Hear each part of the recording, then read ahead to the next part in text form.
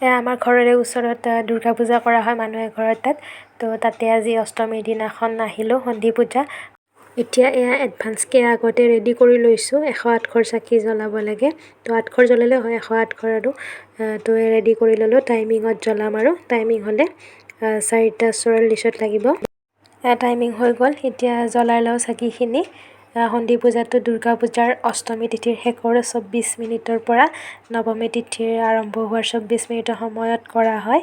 তো এই পূজা দুটা সন্ধিক্ষণত হোৱা কাৰণে ইয়াক সন্ধি পূজা বুলি কোৱা হয়। মই শুনামতে দুটা অসুৰ চাণ্ডু আৰু মুণ্ড নামৰ দুই অসুৰক বধ কৰিবৰ বাবে মা দেৱীৰ তৃতীয়টো চকু মেল খাইছিল আৰু তেতিয়া মা চামুণ্ডী দেৱীৰ আৱিৰ্ভাৱ হৈছিল আৰু তেতিয়াৰ পৰাই মানে এইটো সন্ধি পূজাটো কৰা হয়। মা দেৱীয়ে মানে সিহঁত দুটা অসুৰক এইখিনি টাইমত বধ কৰিছিল। তো তেতিয়াৰ পৰা সন্ধিক্ষণত মানে এইটো সন্ধি পূজা পালন কৰি আহিছে।